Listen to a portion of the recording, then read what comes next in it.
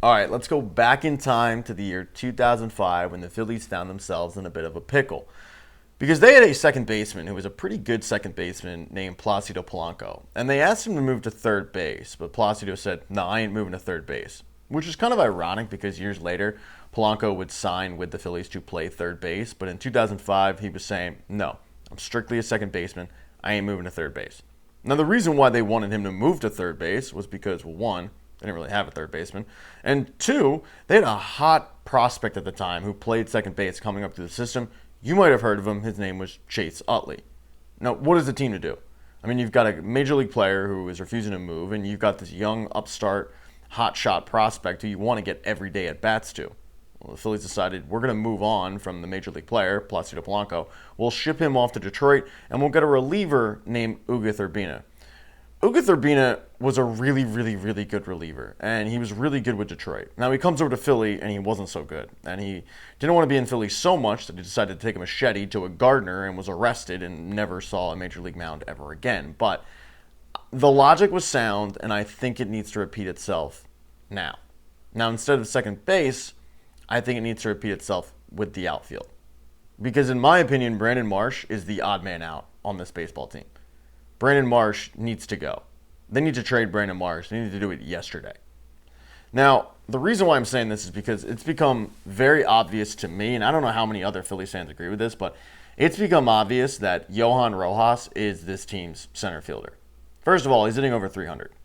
And I think a lot gets lost with Johan Rojas with that 2023 playoffs. Yeah, against the Diamondbacks. Because that regular season, he comes up, he made his major league debut, he hits over 300, everybody loves him. Postseason rolls around, he struggles big time. And for whatever reason, he became the whipping boy. Like, Phillies fans blamed Johan Rojas for the team losing because, it's always the 9-hole hitter. And they forgot about the fact that he hit 300 when he came up. Now, last season wasn't great, but he was mainly in a platoon situation. So I feel like I'll give him the benefit of the doubt there. This season, he starts off basically in the same situation as he was last season. He was platooning, but he was more of like you play once every 4 days situation because Brandon Marsh was anointed as the center fielder. But Brandon Marsh is hitting a $130. Now, I don't think Brandon Marsh is a $130 bad, but Brandon Marsh is a dime a dozen. And I've been saying this since he came over. Now, he comes over from the Angels, and I think he hit about 280 when he came over. Okay? So he hits 280 when he comes over. 288. Next season, his first full season in Philly, he hits 277. Respectable. Okay? 277, 12 home runs, 10 stolen bases. Nothing great. That's like 8-hole hitter stuff.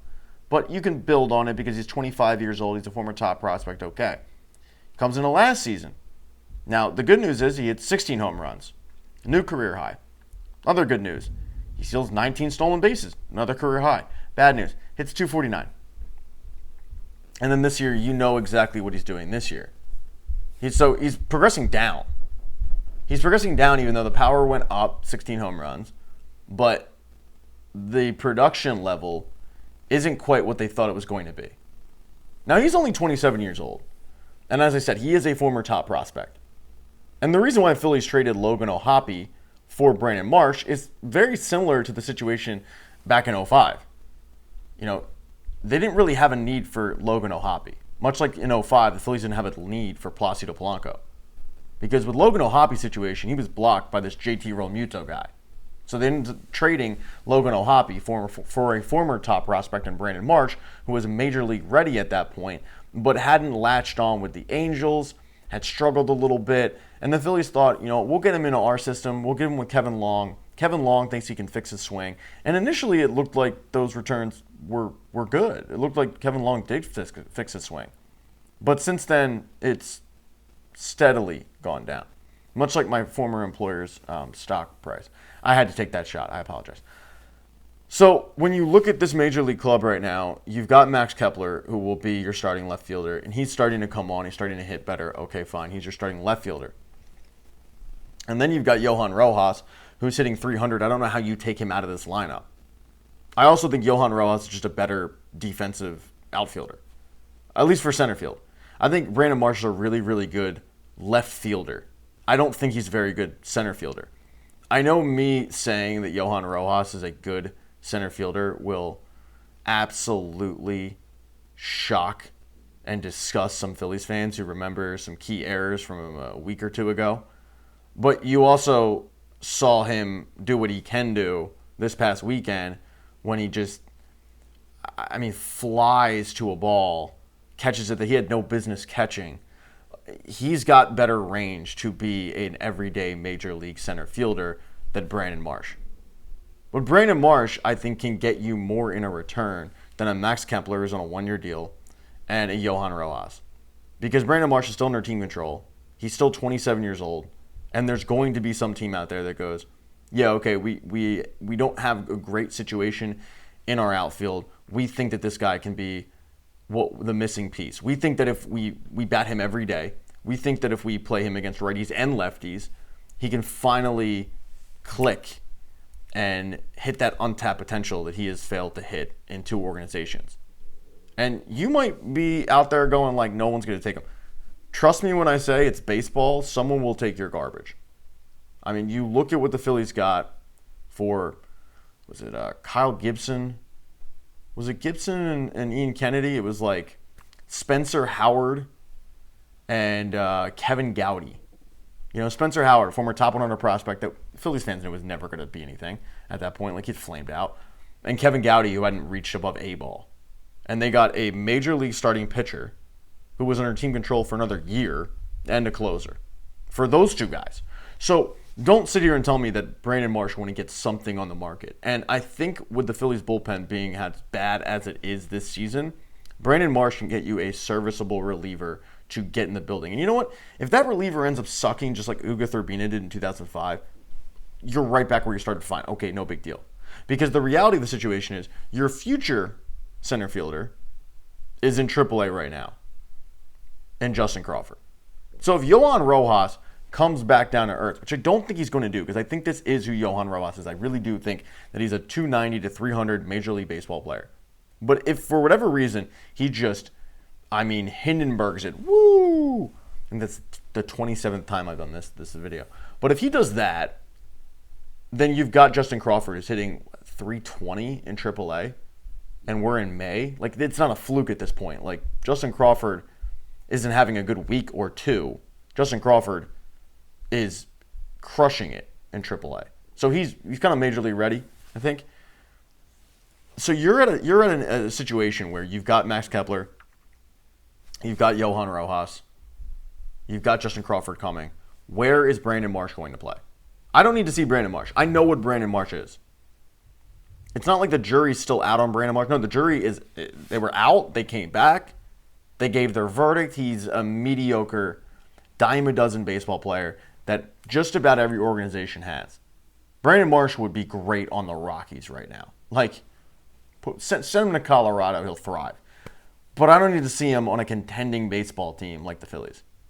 Because I look at Brandon Marsh and I go, yeah, he's not 130 level bad, but they can also do better. And my fear is because this regime, this Dave Dombrowski regime, traded Logan O'Hoppe for this guy, they're going to give this guy every opportunity until finally they're forced to cut bait. Because I don't know if you're aware of what Logan O'Hoppe's doing, but he's crushing it. I think he's got 9 home runs this season for the Angels. Bad team, but he's doing very well. So I fear that Dave Dombrowski is going to get in the ear of Rob Thompson and go, yeah, just let's just give him more time. I don't need to see it because I've seen it. I've seen it for 2 straight seasons now. He's mediocre. He needs to go. You need bullpen help. I don't need to see Carlos Hernandez anymore. I really don't. I'm good on that front.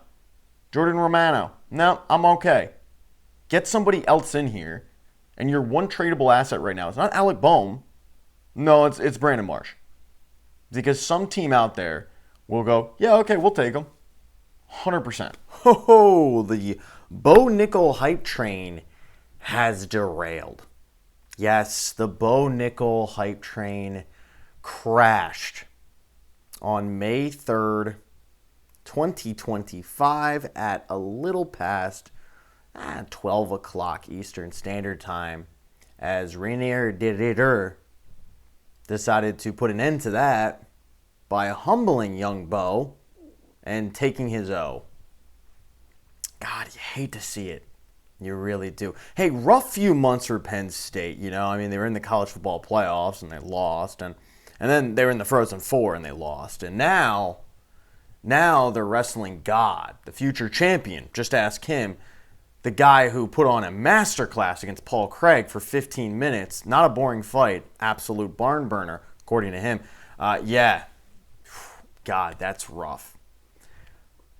I was like many MMA fans when Bo Nickal arrived in the UFC. Like, I was pumped to see this guy because you had heard so much about him.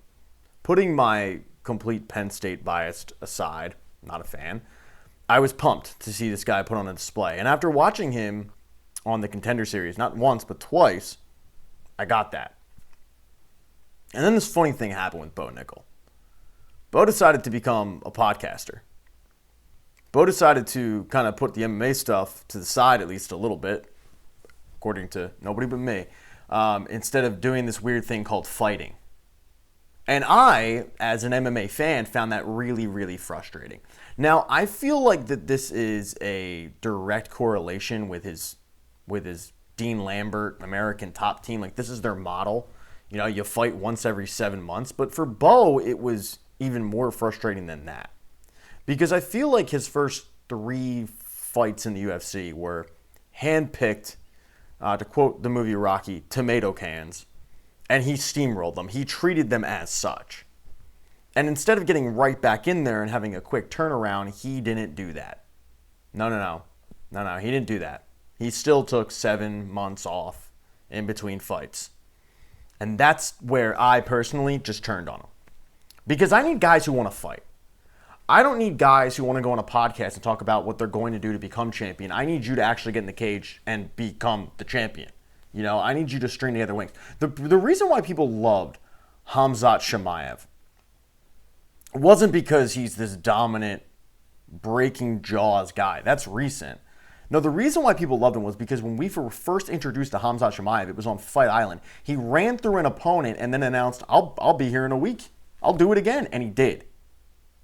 And it was the quick turnaround. It was the fact that this dude is game bred. Pardon the pun. Jorge Masvidal.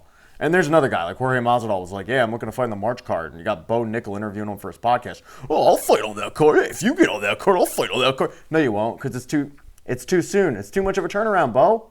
And we saw that. Because March was 2 months ago. You didn't fight. You fought in May, and you lost. So that's one of the reasons why people loved Khamzat Chimaev, was the fact that he was willing to fight just about anybody, anytime. He had that confidence. You see the same thing with a guy like Kevin Holland. Kevin Holland is a very, very good fighter.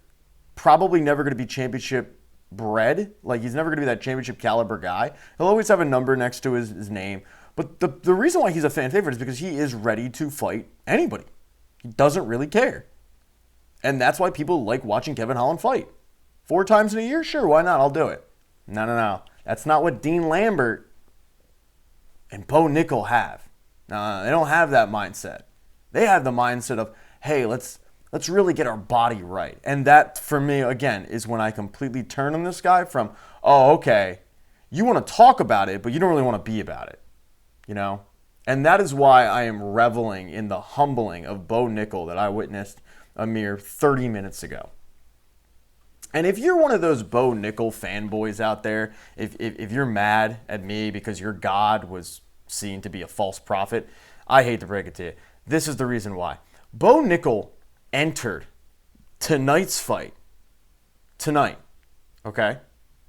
He entered tonight's fight with not 1, not 2, not 3, but 4 UFC fights under his belt, not including the Contender Series. I'm talking like in the UFC. 4 fights. He has totaled a little over 22 minutes inside the octagon.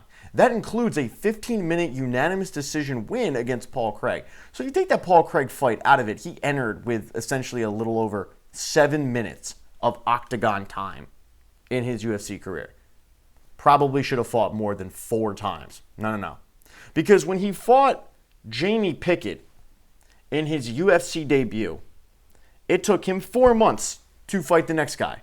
Val Woodburn. Who doesn't remember that fight? Val Woodburn. Now I can't talk. I'm having a stroke. Val Woodburn was a replacement fight. He was a last-minute replacement. He got steamrolled, as everybody expected. Okay, he got steamrolled in 38 seconds against Bo Nickal. Wasn't even close. Now, you would think, okay, well, if Bo Nickal fought for a total of 38 seconds, barely breaking a sweat, probably didn't even have to shower afterwards, probably got in there relatively quickly, right? Relatively quick turnaround? No. Because it took him 9 months to fight his next opponent. 9 months. 38 seconds, 9 months. Dude ain't about it. So he fights Cody Brundage. Cody Brundage actually gave him a decent fight, okay? But he ended up losing. Second round, typical Bo Nickal stuff. But this one went a little longer, you know? It went a little bit longer. This one went in the second round. So Bo Nickal did the same thing. Am I going to do a quick turnaround even though it didn't go the whole... No, of course I'm not going to do a quick turnaround. It's 7 months. It took him 7 months to fight Paul Craig. In the most boring fight that many of us have seen. 7 months. Okay, so how long did it take him to take on Reinier Derailed? 6 months. His level of competition is going up, clearly. You know, you go from the Val Woodburns to the Cody Brundages, who's a legit UFC fighter. You're trending up. You know, I mean, Paul Craig is going to always be a ranked guy. He's a very talented jiu-jitsu guy. You fight Reinier Derailed, who is a step above him. Obviously, he's a two-time champion from one. Got a little bit of hype, but I don't think the UFC is really aiming for this guy to be the champion because I don't think his style really necessarily is like a fan favorite style, but he's very talented nonetheless. And you end up losing. So his level of competition is going up. The results are going down. You know, the Cody Brundage one, I think that was the first fight where we saw him get to the second round. He ends up pulling it out fine. Paul Craig, snooze fest. And that was the thing, was like, he goes on his podcast and he tells you, no, it was a really good fight. You know, I wanted to test myself. And no, you didn't. No. If you're taking this much time off between fights, this much time off when you're not taking damage, because the Paul Craig fight, he barely took any damage, 15 minutes in, they hugged each other. If you're not taking any damage, what are you doing in between these fights? Because I have yet to see a real progression in his game. I've yet to see this dude go out there and really, really go like, oh, wow, he really improved in this, that, and the third. He's facing a guy who is better, and he's still dominating him. He's treating this guy like Val Woodburn. I didn't necessarily expect that with Reinier Derailed. I expected RDR to win this fight, and he did. But once again, the hype train continued, and then the results went down. And I don't know where he goes from here. I know the UFC can't be happy, and their other cash cow and Sean O'Malley's about to lose in a month, I think, when he gets rematched against Merab. But you got humbled, big time. Now look, I'm some slapdick on the couch, and you would turn me into a pretzel, no doubt about it. But to watch this guy be as cocky as he has been, talk about, oh, well, this, I'm going to step in and I'm going to be champion, and as if it's like a given. Oh, well, I'll take a time off, and I want to, when I get in there, I want to be ready, blah, blah, blah. Well, you weren't. You weren't ready. Because that fight wasn't even close. Because you got humbled, big time. Because you finally had a guy that was the step up, and you got humbled. This reminds me a lot of when Paddy Pimblett wanted Ilya, and the UFC was like, let's not do that. Because, Paddy's kind of a cash cow, and Paddy would get fucked up. Let's not do that. So when you had Bo Nickal calling out Khamzat Chimaev, I think you're realizing now what lopsided that fight would have been. Like, that would have been a bloodbath. Much like Ilya fighting Paddy. I know this is bad timing because Paddy did what he did to Michael Chandler, but I still think Ilya Topuria would have murked him. I think back then, the Ilya Topuria-Paddy Pimblett fight back then, when all that the skirmish happened, I think it would have been horrible for Paddy. I think he's progressed. And there's a fighter who, I've seen progression in his game. I've seen him improve. Haven't seen it from Bo Nickal. I've seen plenty of podcast clips. I've seen him talk about it. Haven't seen him actually do it. So yeah, I'm enjoying this a little bit.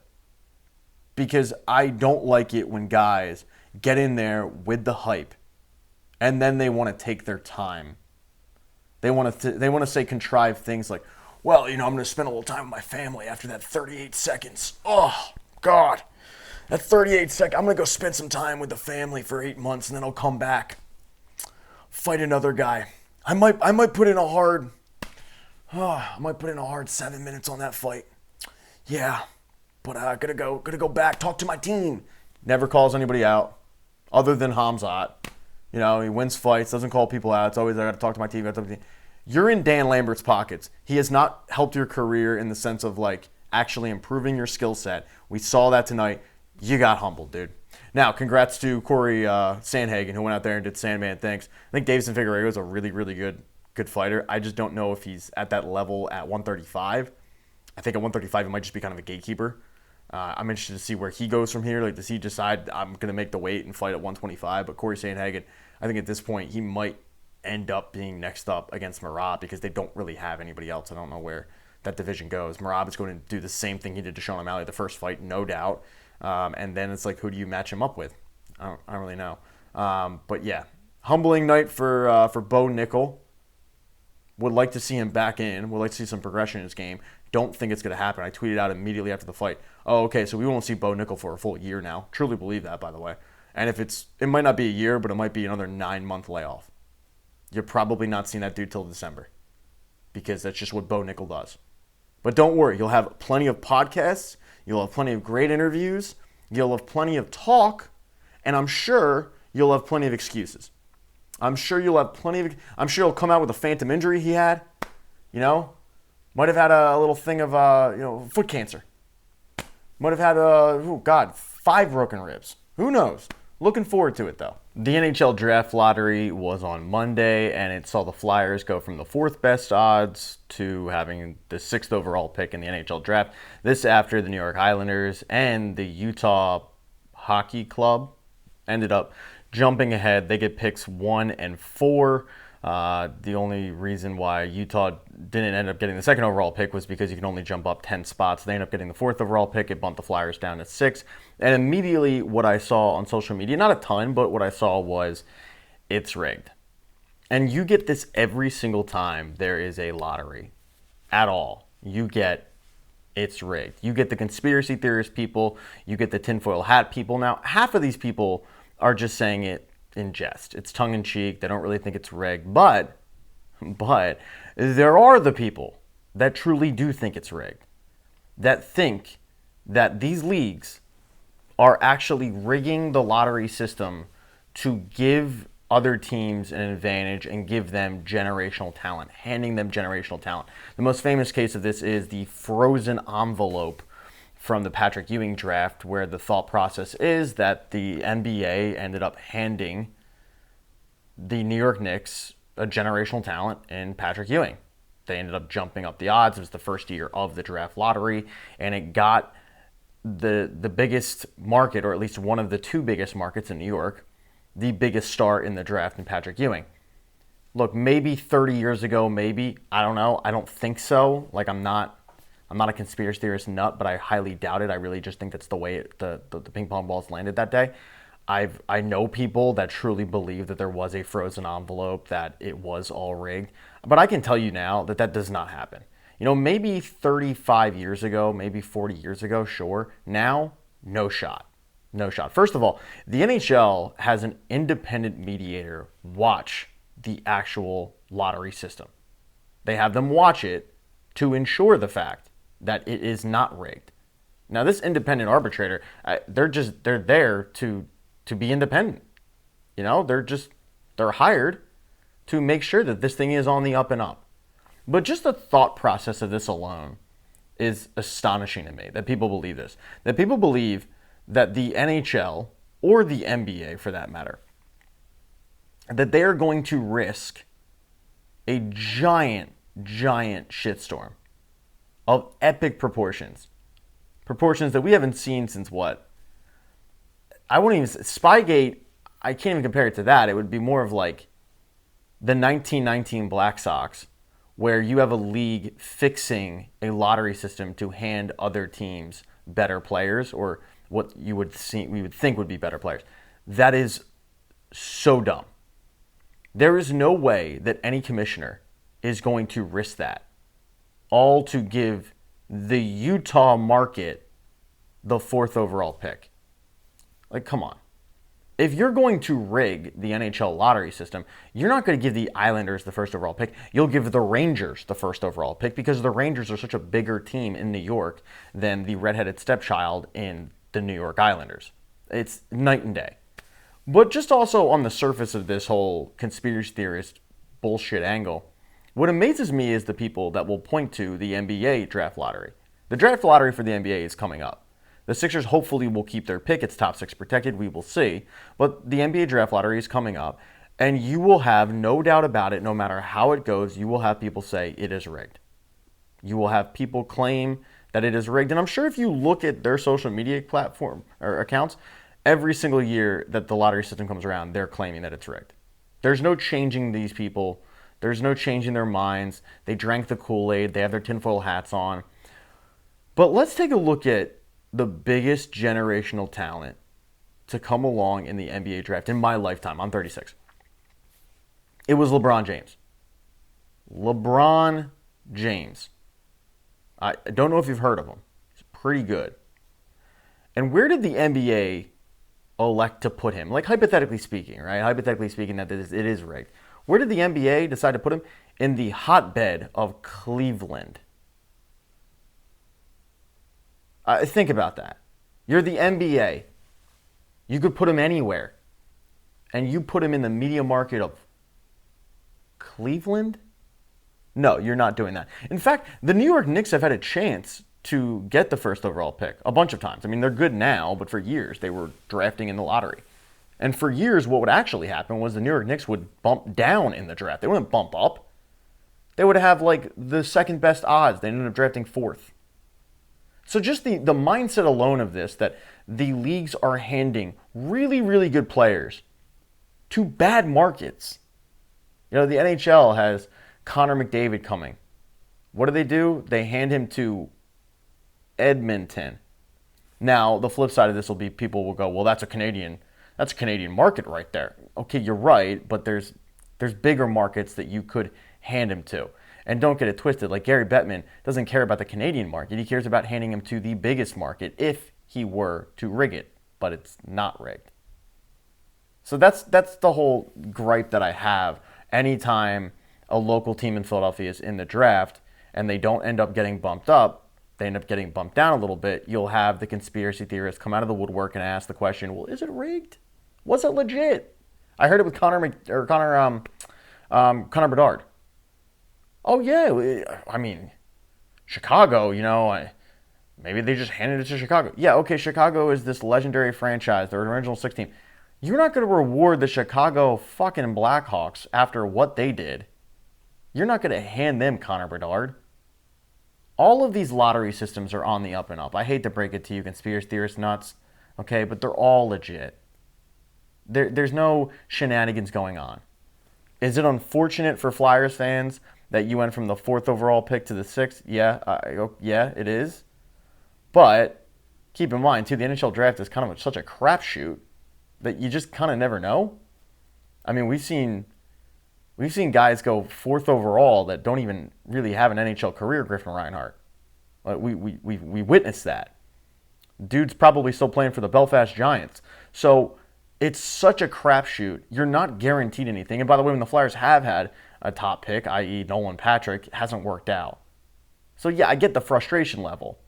But the conspiracy theorist nonsense of it, I will never understand. And it seems like it's always the same people, but they just fail to recognize a reason for this.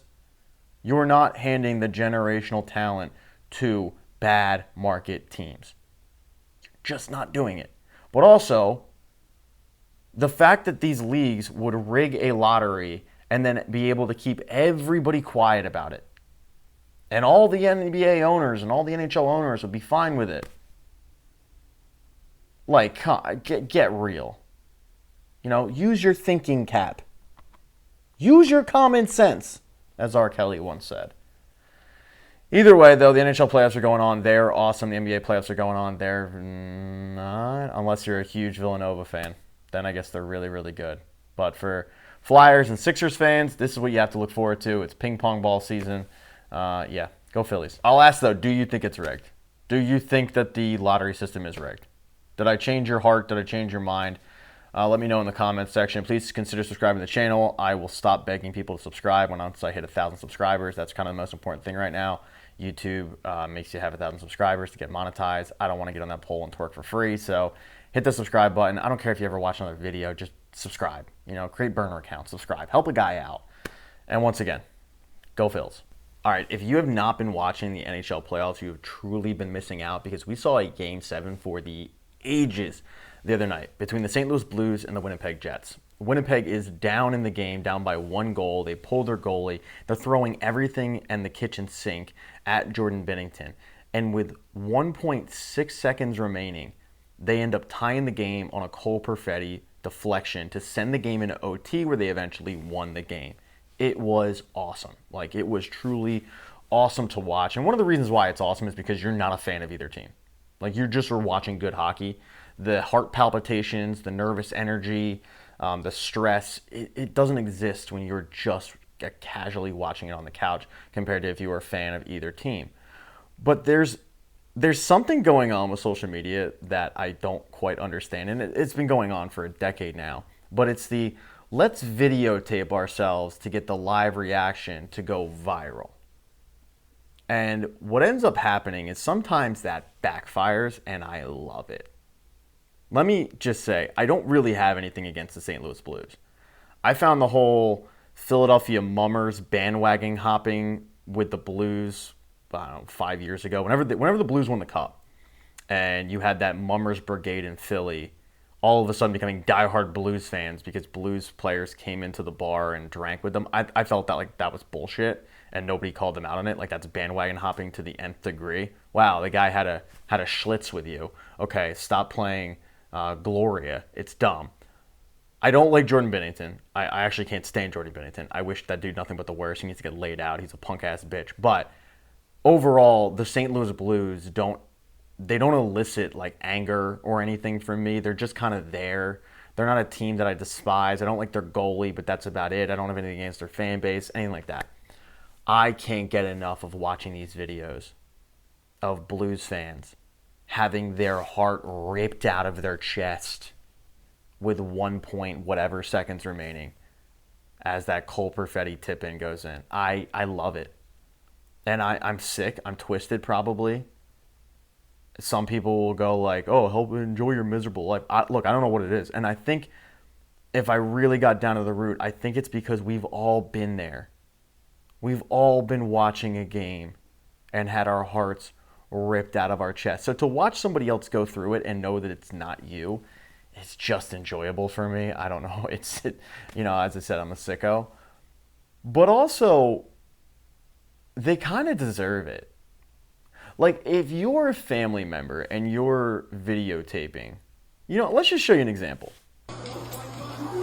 Come on, I feel so powerless. I hate this. I know. I feel so powerless. Come on. 14 seconds! 15 seconds, come on. 12 seconds. Hold it up against the ice. 10 seconds.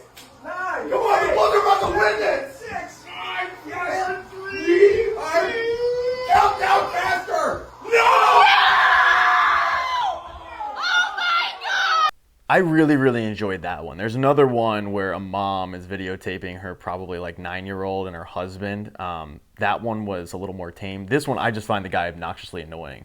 Counting down, 10, 9, get it out. Oh my God, he's just obnoxious. But if you're going to videotape that, and then that happens, the other team scores in the most devastating fashion possible. They end up winning in OT, and you still post it? I don't think I'm the sicko here. I think you're the sicko because you're just chasing clicks at that point. That to me is bizarre behavior. If I was a Blues fan today, I'd be gutted. I wouldn't want to look at a hockey puck for a few months. And yet you've got these people who are clout chasing, who are throwing it on the internet, and then they'll come at my throat and be like, oh, remember that time that Ryan Howard in 2011 lost to a St. Louis team? Yeah, I do. And your point, I didn't film myself and then post it on the internet. all to get, retweets and likes and comments and all that. Like that is bizarre to me that these people do that. But back to the point, I'm wondering if I'm the only weirdo that actively enjoys watching other fan bases get their heart ripped out. And I'm not talking about in-division rivalries.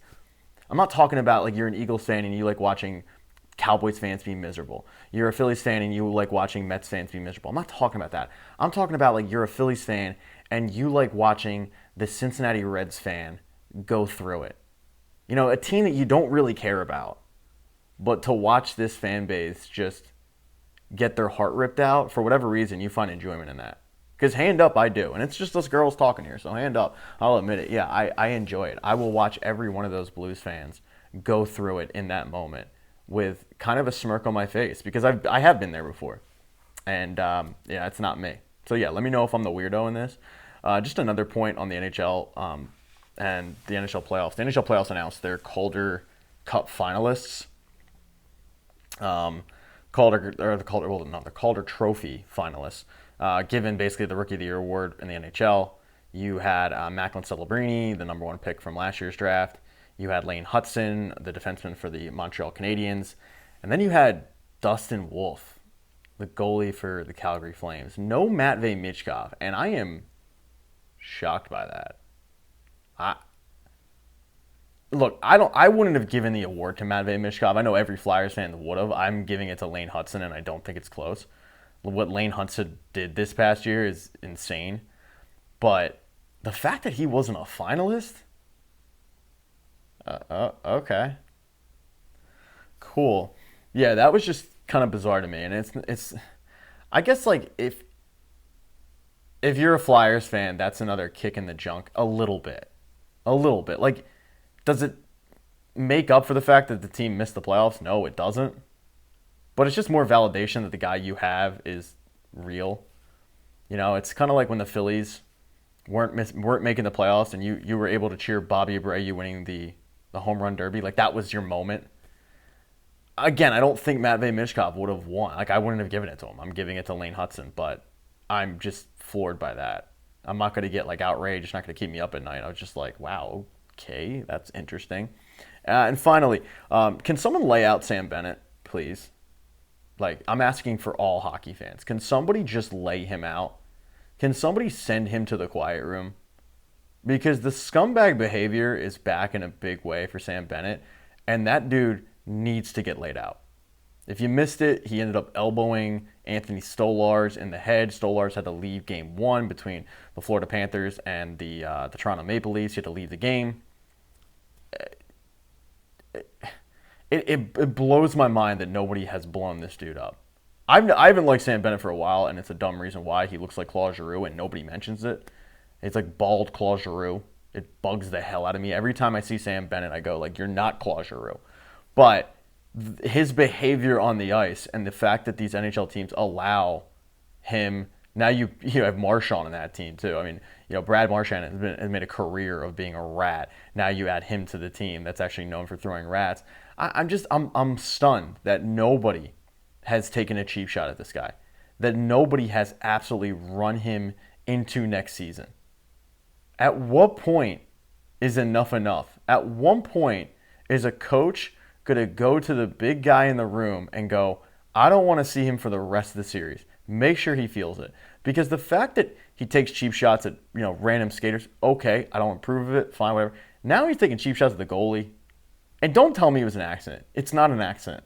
It's not with him. He knows exactly what he's doing. He's calm and cool and calculated about it. And he knows that there will be no repercussions. Because there's never repercussions. That's the thing. He's not going to have to answer the bell. There is no bell. He's going to be asked about it. And you know what? Toronto is going to probably be outraged about it. And their coach is going to go off and all this shit. But you know what's going to happen? Nothing. Sam Bennett will be out there scoring goals, making an impact in the series. Nothing's going to be done. He's not going to have to answer anything. I miss the days where you had to answer. I miss the days of Claude Lemieux running Chris Draper's face into the boards and knowing full well that 8 months later when we play them in Detroit, they remember. They're not letting me off. They're not letting me go with a pass they remember, and I'm going to have to answer the bell. And he did. He had to answer the bell. He turtled up like it's a famous clip. But you don't see that anymore. Guys are just allowed to do it. I think part of it is the suspension system. I think part of it is the player safety system. But to me, that actually makes the whole situation worse. The entire situation is worse because now these guys are able to run around like jackasses and know full well that if there is a retaliation, the player that retaliated is going to get suspended and fined heavily, and it's not worth it. I'm not looking for the Wild Wild West here, but that's a joke what he did because he's a repeat offender and nothing will get done. I would just love to see anybody on the Maple Leafs just absolutely elbow the hell out of him, but it won't happen. I mean, I'm sure Anthony Stolarz will do something about it next time Sam Bennett's in the crease because we saw what Anthony Stolarz did in round 1 to Ridley Gregg, which was ridiculous. I mean, Stolarz deserved a penalty, and for some reason Gregg got it, but he was abusing Gregg in the crease. So I'm sure that Stolarz will remember, and I'm sure he'll give it back to him because the only position that is impervious of getting a penalty is the goaltender position. You could take your stick and baseball bat to a guy's head, and it's like, well, nope, it's all good because we got to protect the goalies. But in this instance, yeah, I think one of his teammates needs to step up.